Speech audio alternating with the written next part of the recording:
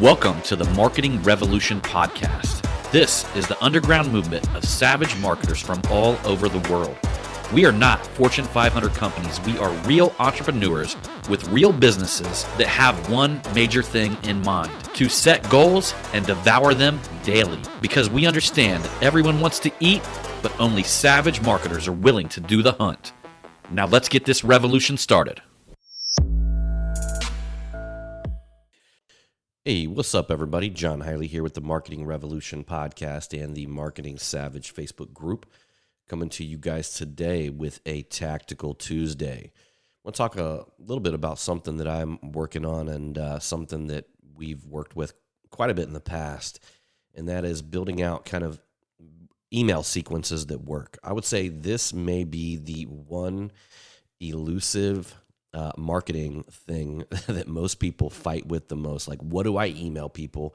How do I set it up? When somebody signs up to my newsletter, what do we do other than just send them a newsletter? How do we move them through a sequence where we can start introducing them to our services, how we can get them to know what our brand is about, make them understand why they need what it is that we have to offer, and then, at some point, give them an offer without coming over or coming across too pushy, or without coming across like you're just sales.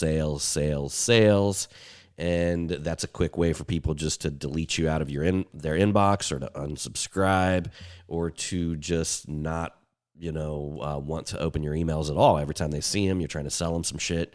Nobody likes that. So, recognizing that, there's an email sequence a long time ago. Chet Holmes was one of the original individuals that used to talk about this, and later it got dubbed the soap opera sequence, and I'm just going to go ahead and call it that. I want to say that I think Russell Brunson ended up dubbing it as the soap opera sequence, but what it is, it's a 5-day email sequence where it takes you through a series of different emotions, or it takes your prospect through a series of different emotions. And this email sequence is really good when people are like right off the bat, right when they're introduced to whatever it is that your offer is, your product, your service. Right when they're introduced to it is the best time to put them through the soap opera sequence. And the reason why I wanted to use the terminology soap opera, because it is what it sounds like, right? So a soap opera, if you guys have watched soap operas growing up, or if you, they're still on now. I was quite surprised. I think some of the soap operas that was going on back when I was a kid are still actually rolling, and they're still stopping and leaving people in suspense, and then picking up, certain storylines the next week, and really just hooking the audience and bringing them back in over and over and over and over. And you might even know some crazy person that's been watching As the World Turns for 30 years. And guess what? The same shit's still happening over and over and over again, and they're still stopping, leaving people in suspense, and then bringing it back. Now, in the old school marketing days, that was called creating loops, meaning that you're always going to create a curiosity loop to bring people back in to either open the next email, watch the next video, read the next blog, and you never really wanted to close a loop without opening a new one. And soap operas are like the kings of doing this, because every time that they close a loop, meaning they close something that happened, they open up 3 or 4 before that, right? So they get you curious about something else before they actually close the next one, right? And it just goes on and on and on, and it keeps you in this loop. Well, this is kind of, this will be a quick breakdown. Of course, I don't know your specific business or your specific product, but this will be a quick breakdown to give you an idea of how that looks like in an email sequence. So that way, when somebody maybe signs into your newsletter, or when somebody opts into something that you're giving away, maybe you send out a lead magnet, and you can actually kind of put them in the loop, share your story, show them what you've discovered along the way, give them the hidden benefits of your product, and then you can send them to a call to action.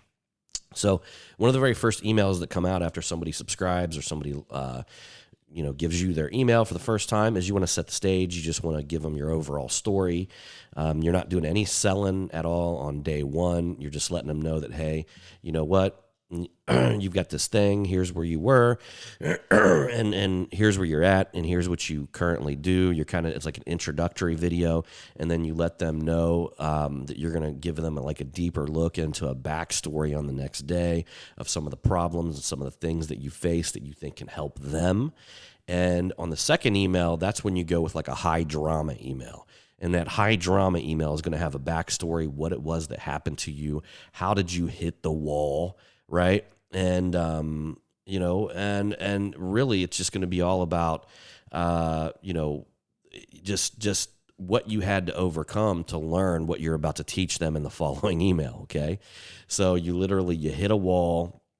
It's almost like the whole every single movie that you see out there has what's called like the hero's journey in it, meaning that Rocky Balboa is like training and he's fighting and he's got this fight set up and he's literally working out day in and day out, and then he hits this huge wall, he falls off, and then he's got to train like 1,000 times harder, and he's getting ready to fight Apollo Creed, and there's that hero's journey, but there's always that wall that they hit right there in the middle of in the movie, and some major drama happens where they have to overcome it. That's your day 2, is where you show, like, all of us as entrepreneurs, we've hit a wall. Maybe during some sort of product development, there was a time when you just didn't like what was previously being offered, so you went out and you had to develop this new thing. You hit this wall, right? I could even talk about that in my handles. The handles that I developed for the auto body world is that they were so needed because my hands were hurting. I was starting to get carpal tunnel in my I would start getting shocks going through my wrist, and I knew that I needed something better, so I hit a wall. But there was nothing out there. There was nothing for me to gravitate to that worked well for me.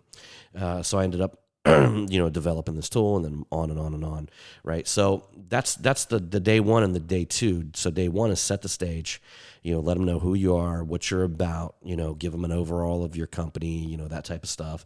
No selling at all. Day 2 is a high drama story, meaning, you're telling them, you're just kind of bringing them in.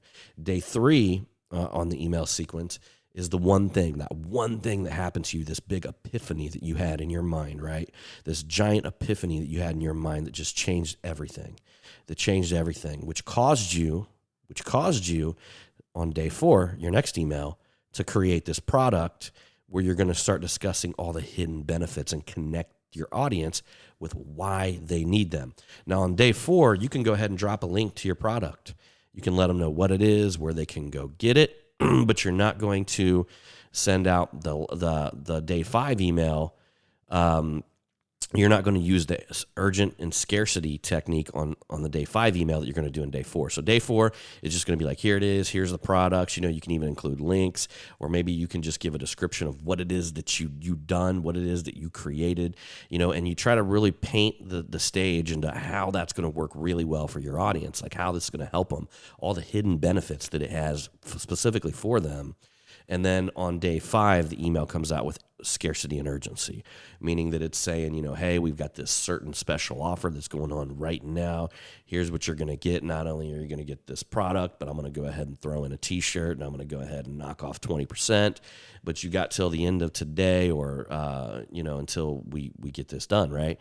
And you could even send on day 5, you could do 2 emails back to back, maybe one early in the day, 10 o'clock, or even a lot of emails for me go over well at 8 o'clock. And the weird thing is that's unheard of, because a lot of people say between 10 and 11, but don't ever send them at noon. And then a lot of folks say that, they want to send their emails around 5 o'clock in the evening, and mine perform better around 8 o'clock. It's so weird, but yeah.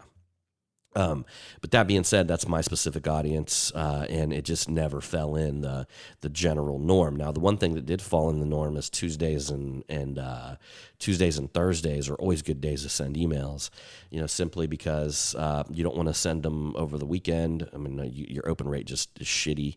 I've had a lot of luck on Sunday nights when I'm running sales, but people are expecting them to come in.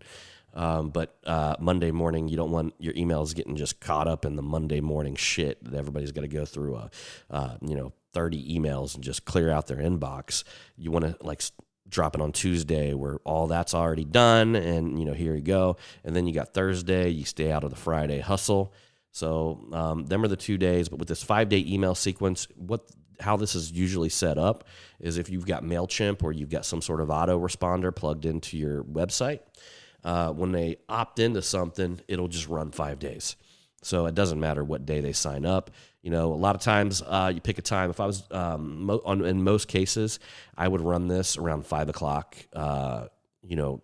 During the individual's time, right? Like whenever the time the individual, whatever their time zone is, I would run it at 5 o'clock during that time zone. You can actually set that up in MailChimp that way, where it delivers on the exact time zone at 5 o'clock, and it would be the time when people are just coming home, they're sitting down, and I guess the big thing is you don't try to sell people stuff while they're taking a shit on the toilet or something like that, before they even have their coffee, because it's very hard to reach and get your credit card out at that time in the morning. So you push that to a little bit later in the day. And but that's it, my friends. That's it. So again, I'll recap this. The very first email is to set the stage. Second email is going to be high drama. The third email is going to have empathy. The fourth email is going to have the hidden benefits. And then the fifth email is going to have a very strong call to action with urgency and scarcity. So there it is, my friends. There is your Tactical Tuesday. And y'all, I'm getting back on track, man. After moving to Texas, getting everything settled in, I'm going to get us back on track, and I'm going to keep these motherfuckers rolling. All right, guys, I'll see you on the next one.